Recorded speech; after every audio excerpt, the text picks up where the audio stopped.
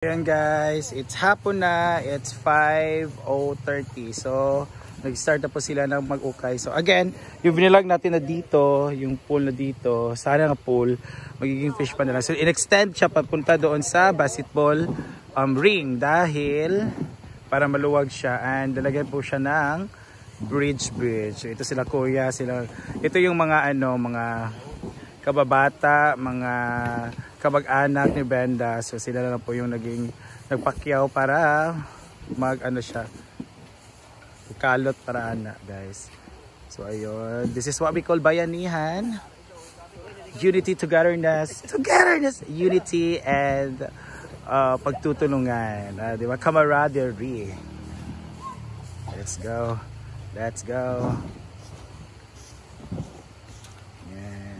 So dyan magtatambak ng mga lupa dyan guys para ma-level na siya papunta doon. So level papunta dito. So level and the sea. Sila kuya. Go kuya. So hindi kami tumulong na guys. Ito yung kinuha lang namin mga grass. Yung tinabi namin dito, yung mga grass guys. Na mga mamahalin, mga ganito oh. Mga ganyan. Kasi binili niya namin noon. Ganito. So yan, itatanim yan. So hinakot namin kanina yan. Galing doon, papunta dito para yan yung magiging tanim soon. O itatanim siya pag level na yung mga lahat ng lupa. Papunta. Ah? Wala naman nagdula? Wala na si Britney. Naman bro, aunad, ana. So, aunad na ba Juya siguro? Yan, sige go. Meron ng mga, that's their pagtutulungan guys. Yan o, di ba? They're using bara. I don't know, so piko man tawag nyo sa inyo na. Pala, bara is para ganun pagkalot at yung piko, yung pala naman ang para pagkuha ng mga lupa papunta sa mga gilid-gilid. So, they're using also foam para sa paghakot ng mga lupa dito. So, it's getting darker, hapon na hapon guys, but mas maganda ganito ding oras kasi para hindi mainit, para hindi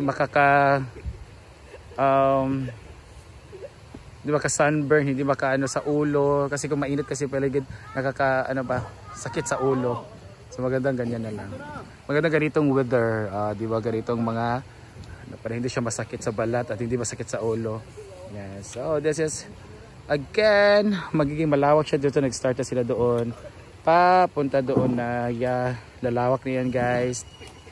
And pag malawak na yan, doon na din agi din ang water, the source of water para magiging fish pond po ito.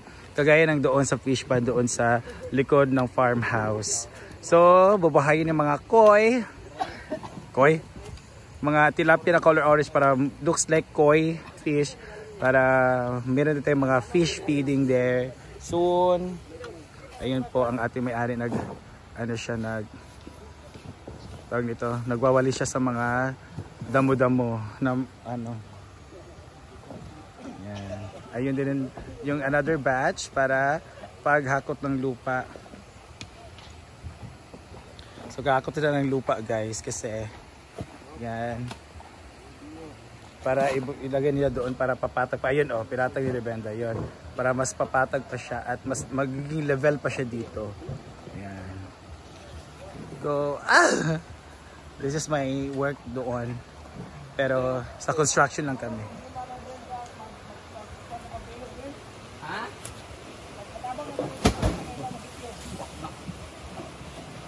Hindi ba?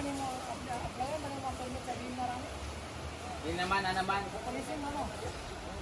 na yung isip ko lang. Kailangan namin kanang Minro, PDO. Na naman nakakuha naman tanan. Ang nakakuha lang is wala pa na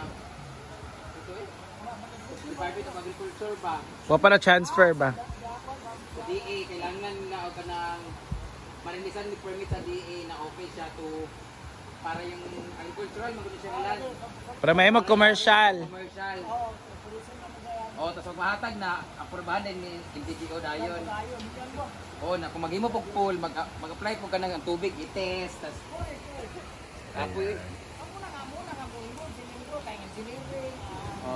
Ayan sila dito. Amo sa engineering ba? Para sa mga permit yan sa kanila. Wala ba kay gilarga ba ito ang nagkuan ba? Yan. So, dito tayo guys. Uli na ma. Bye-bye Rhea Fillinger. Bye, Day. Bandog mo sa kinay ulod. Ganina giitsa sa iya. Ito na oh. Giitsa sa iya. Lubod ba? Kana, giitsa kay mami sinadlok. Siya apil mo dyan nadlok. Muna din siya anidan ni. Igaraan ni Brenda. Bye, Amping. So continue working. This is overtime. So actually, this is not overtime kasi this started 5 naman.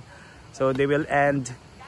Depende sa kailan sila mag-end. Basta magkaroon dito kasi nagtutulungan naman sa bayanihan naman sila. So madali ang trabaho pag marami. Madali ang trabaho pag lahat nagtatrabaho, di ba? So work and we're hoping na sana maano na to din ngayon. Para bukas okay na siya. Pack go. Pack. Ayan. So diyan mawawala yung lupa na yan. No, hakutin po yan papunta doon para ma-level or diyan papunta doon. Bye-bye! Or dito para ma-level na siya. Tsaka siya tataniman ng mga tinabi naming mga ano ba tawag niyan? Di ba siya Carabao grass? Para siyang Bermuda. Parang ganito ba oh? Ganda kasi dito, di ba? Like this. Maganda siya tignan oh. Ah, may lights na. Yeah, lights na dito. So far. Ayan. Ganito mga Bermuda, guys. Oh, di ba? Dito may water na siya kasi pinatubigan siya para kasi na super init kanina, so para hindi ma-dry yung mga Bermuda natin. And para din tumubo ng healthy ang ating mga Bermuda. Kaya magtubig-tubig siya, oh, di ba? Ganda no ng barn dance. Barn lights, ayan oh. Andun pa. Papunta doon. Parang dalawa lang dito, parang hindi wala na nasigang uban. Ayun oh, yung ano na yun oh, line oh, wala na nasiga. Ayun yun natin na kay Brenda. Bayanihan, kaya natin to. Go girls, go boys. Kaya natin yan boys. Let's go. Ayun, pack on. Nakakata sila ng lupa. So that's their team guys. Ayun. So sila po nakakatoka. Sila po ang nakapakyaw, ang term sa atin. Sila po yung nakapakyaw sa pag hukay, pagkalot ng lupa papunta sa pag hakot ng mga lupa para mapatag to dito. Kasi oh, para siyang slope. Tingnan mo si Kuya, naka-slope siya, di ba? So dito siya mag-start dito sa nakahalerang ano talisay, African talisay papunta doon. Pak ayun. Pak diba? I remember that time na sinasama ako ng uncle ko noon for construction. Pero hindi siya construction sa doon sa mga construction building or whatever. Nagko-construct kami sa bahay ba? Ako talaga yung taga buhat ng sand and gravel, taga mix ng simento, ginawa ko. Isa ako sa mga nag-help ng mga ganyan. Kaya nakarelate ako sa mga ganyan. Yun. Pak. Ala. Ayan guys. So, let's start. Proceed, pack, ganon. Let's go, ando na naman sila. Andiyan si Donna, siya po yung ang magiging manager. Siya po ang magiging manager doon soon sa ating hinaguan pan. This is an extension pan kasi may pan na po tayo. So, ito yung extension pan. Don. Swimming pool turns to pan. Oh, chadab lagi na may mga kuan dali di bang mga tilapia soon.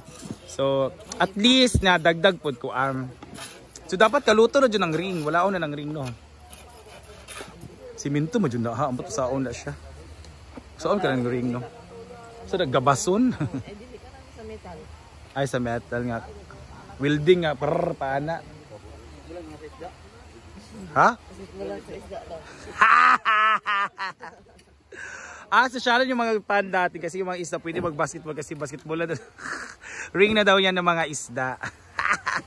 So soon guys, malapit na to. So more updates dito sa ating farm kung ano mangyayari. So please keep on touch sa amin.